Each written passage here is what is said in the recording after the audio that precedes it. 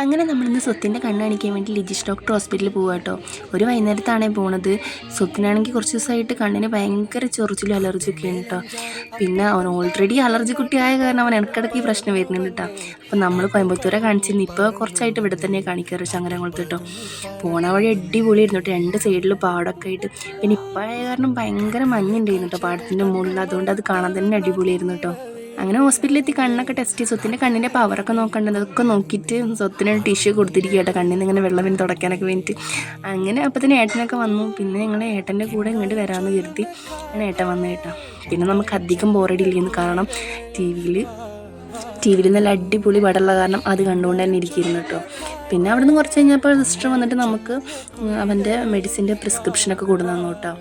അപ്പം നമ്മൾ ആ പ്രിസ്ക്രിപ്ഷനൊക്കെ വാങ്ങിച്ചിട്ട് നേരെ താഴത്തേക്ക് ഇറങ്ങാൻ നിൽക്കുക കേട്ടോ. മെഡിസിൻ വാങ്ങാൻ താഴത്താണ്. സ്വത്താണെങ്കിൽ സ്വത്തിൽ ചെരുപ്പൊക്കെ ആ ചെടിയുടെ ഇടയിൽ കൊണ്ടുപോയി എടുത്ത് വെച്ചിട്ട് കേട്ടോ. ആരും എടുക്കണ്ടെന്ന് കരുതിയിട്ട് അങ്ങനെ ഏട്ടൻ ലിസ്റ്റൊക്കെ വാങ്ങിച്ചിട്ട് താഴത്ത് പോയിട്ട് മെഡിസിൻ വാങ്ങിച്ചോളാമെന്ന് പറഞ്ഞു. അങ്ങനെ ഞങ്ങൾ മെഡിസിനൊക്കെ വാങ്ങിച്ചിട്ട് നേരെ എന്തെങ്കിലും കഴിച്ചാലോ ചങ്ങരംകുളത്തേക്ക് വിടാൻ നിന്നു കേട്ടോ. പിന്നെ ആയിക്കോട്ടെ എന്ന് കരുതിയിട്ട് അങ്ങനെ ചങ്ങരംകുളത്തേക്ക് വിട്ടേ.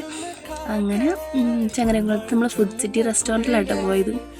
അവിടെ പോയിട്ട് എന്ത് കഴിച്ചല്ലോ എന്നുള്ളത് ഞങ്ങൾക്ക് ഒറ്റ ആൻസർ ആയതുള്ളൂ, മന്തി. അതും അൽഫാം മന്തി. പിന്നെ ഒന്നും നോക്കില്ല, ഒരു ഹാഫ് അൽഫാം മന്തി വാങ്ങിച്ച്. പിന്നെ സ്വത്തിനാണെങ്കിൽ ഒരു വാട്ടർമെലൺ ജ്യൂസും വാങ്ങിച്ചു. പിന്നെ ഒരു ചിക്കു ഷേക്കും വാങ്ങിച്ചു കേട്ടോ. മന്തിയാണെങ്കിൽ അടിപൊളി മന്തി ആയിരുന്നു കേട്ടോ. ഭയങ്കര ടേസ്റ്റ് ആയിരുന്നു. റൈസ് മാത്രം നമുക്ക് മയോണൈസ് ഇല്ലാതെ തന്നെ വെറുതെ കഴിക്കണം, അത്രയും ടേസ്റ്റ് ആയിരുന്നു കേട്ടോ. പിന്നെ നമ്മളവിടെ നേരെ ഇറങ്ങിയിട്ട് പോണ വഴി നമ്മളെ മാർസ് തിയേറ്റർ കഴിഞ്ഞിട്ട് പെട്രോൾ പമ്പിട്ട് നേരെ എടുത്തന്നായിട്ട് 3 പിള്ളേർ ബൺ മസ്ക് വിൽക്കുന്നുണ്ടായിരുന്നു കേട്ടോ.